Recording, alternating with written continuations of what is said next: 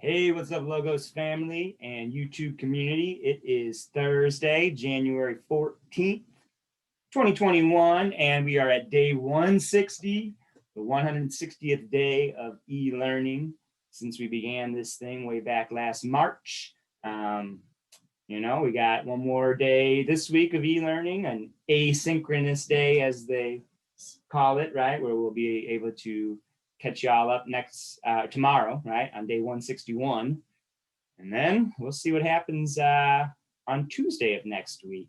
I say we'll see what happens because we are still dealing with internet issues in the building at Logos. And so as far as doing a hybrid model, we got 4 days to figure out those issues before Tuesday, right?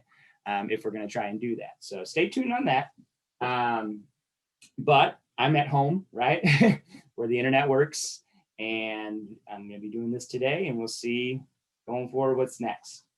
As far as our classes for today in American history, we will be starting chapter 10, which is the age of imperialism, when America started spreading out outside of our borders and adding new territories and getting involved in new places in the world.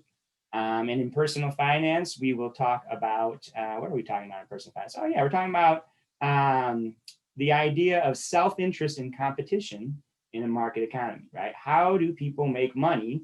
How do people decide what to sell, and how do they decide what to charge for it? We're going to talk about something called the invisible hand that plays a big role in that. In addition to that, our current event of the day, it's been a big couple weeks politically and historically in our country. Yesterday, again, history was made. I mentioned with the impeachment vote, the vote to impeach President Trump for the second time.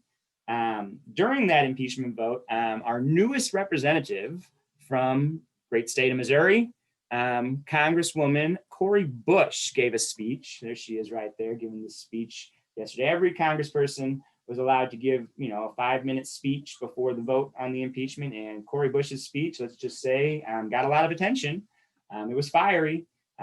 She's a new politician. She's a different kind of politician, for better or worse. We'll see. But she definitely got some attention for it. So check out her speech. Cori Bush has been getting, even though she's brand new to Congress, she's a freshman Congresswoman. She's been, already getting some national attention in response to, everything that's been going on, what led to the impeachment vote yesterday. She put out a tweet earlier in the week, right, where she talked about, or I guess this was last week, maybe earlier in the week, she talks about the 14th Amendment in this tweet. You can see that, right? The 14th Amendment is a big amendment, right? It has 3 main sections, and we usually focus on the first 2 sections because the 14th Amendment became part of the Constitution after the Civil War. The 13th Amendment outlaws slavery. But just because people aren't enslaved anymore, are they citizens? 13th Amendment doesn't say that. The 14th Amendment, Section 1 of the 14th Amendment says all persons born in the United States are American citizens, right? So that right there says, yes, former slaves are citizens. And Section 2 says, no state shall deny equal protection under the law to any citizen, right? And that's a huge clause of the 14th Amendment. It's, when we were talking earlier in the week in American history about the Plessy v. Ferguson, Plessy v. Ferguson Supreme Court case, where the Supreme Court ruled separate but equal, that is the 14th Amendment, right?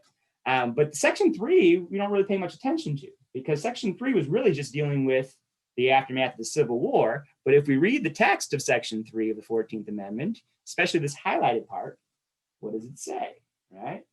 It's a little known part of Section 3. So again, why is Cori Bush bringing this up? Because she is accusing her her colleagues, some of her other members of Congress, of engaging in insurrection and rebellion against the United States of America. And based on this, she says that they should be expelled from Congress based on the text of the 14th Amendment. I don't know how far it's going to go, but it's interesting because I've never really paid attention to Section 3 before now. And now we are. So there we are. This is where we're at. We're talking about things that we haven't talked about since the Civil War, folks. Hopefully it doesn't come to that. I'm pretty sure it won't. But take care of yourselves and each other, and I will see y'all later in class.